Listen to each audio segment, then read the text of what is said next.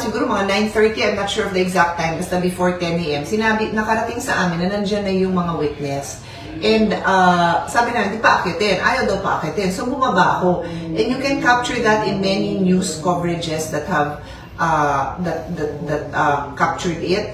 May nakita ko sa GMA7, parang NTV5, kinover nila nung pagbaba ko, tapos kinausap ko yung Senate staff, and nag-thank you nga ako sa kanila after kasi they're just doing their job na inaalam nila kung sino ito, and syempre, I'm sure nalilito na sila kasi may nagsabi nga sa kanila ni Sherman na huwag silang papasukin, pero nung sinabi kong sinusundo ko, di naman sila, wala namang problema. So, tinawag ko na yung Marine, sabi ko, halika na, pumunta na tayo dito, sumama kayo sa akin. So, sumama naman sila.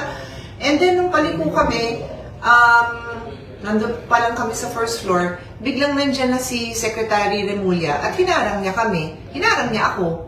Sino ba siya dito sa Senate? Yes, you are a Secretary of the Republic of the Philippines, but this is the Senate of the Philippines. Senator ako. So bakit mo ako hinaharang? Di ko yung maintindihan. Di ko yung maintindihan kung ba't mo ginawa yun.